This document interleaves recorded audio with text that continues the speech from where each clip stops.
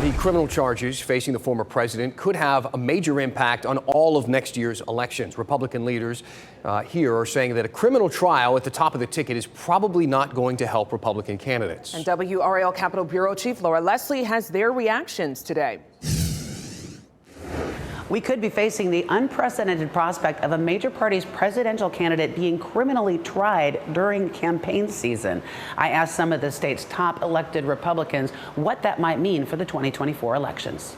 House Speaker Tim Moore says he doesn't know enough about the indictment to comment on it in detail. Certainly the former president's entitled to a presumption of innocence like anyone else should be, and I do think there's politics involved in it. Senate Leader Phil Berger says he hasn't read much about the latest charges. It seems as though he doesn't get the same treatment that other folks that may or may not have been engaged in similar activity.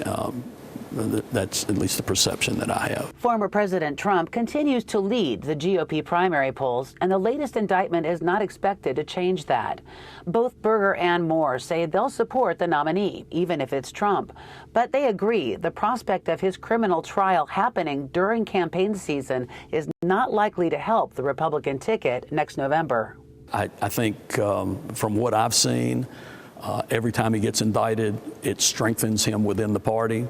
And arguably it makes it more difficult for him to actually win.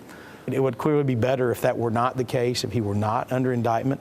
But I don't know what's going to happen, and ultimately I don't know what our party will do in terms of who our nominee will be. And neither Moore nor Berger has endorsed anyone yet in the GOP presidential primary. The state's other top elected Republican, Lieutenant Governor Mark Robinson, did endorse Trump in June. His campaign declined to comment on whether he still stands by that. Laura Leslie, WRAL News, Raleigh.